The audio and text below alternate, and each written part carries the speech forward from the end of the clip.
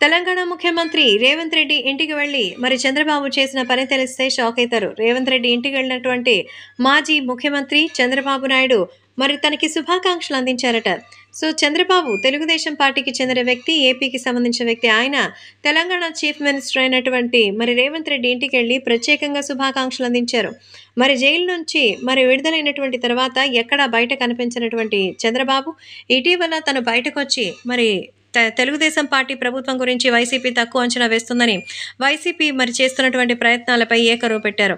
అయితే ఇప్పుడు తాజాగా తెలంగాణ ముఖ్యమంత్రిగా మారినటువంటి రేవంత్ రెడ్డి తన శిష్యుడే అనే విషయాన్ని అందరికీ తెలియజేస్తున్నారు చంద్రబాబు. ఈ లెక్కన తెలంగాణలో మాకు మంచి సపోర్ట్ ఉందని చంద్రబాబు అయితే సంతోషంగా ఉన్నారట. ఆ విషయాల గురించే రేవంత్తో మాట్లాడడానికి తీరిక వేళలో ఆయన కలిసినట్టుగా తెలుస్తోంది.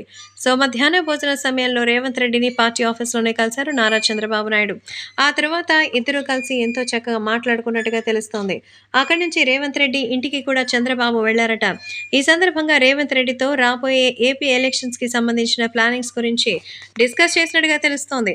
తన కోసం ఇన్విటేషన్స్ ఇచ్చి ఖచ్చితంగా శుభాకాంక్షలు అందించడానికి ఇంత దూరం రావడం చూసి ఆయన ఎంతో ఆశ్చర్యపోయారు. ఎందుకంటే చంద్రబాబు ఇప్పుడు ఎవరు బేసిక్గా కలవడం లేదు. చంద్రబాబు తన రాజకీయం తను చూసుకుంటున్న నేపథ్యంలో రేవంత్ తన శిష్యుడిగా ఉండి ఈరోజు ఒక రాష్ట్రానికి సీఎం అయ్యారంటే చాలా గర్వంగా ఉందని మెచ్చుకోవడం జరిగిందట. ప్రస్తుతం చంద్రబాబు రేవంత్ ఇంటికి వెళ్లి మరీ విషెస్ చెప్పడంతో రేవంత్ సైతం ఆశ్చర్యపోయినట్టుగా తెలుస్తుంది.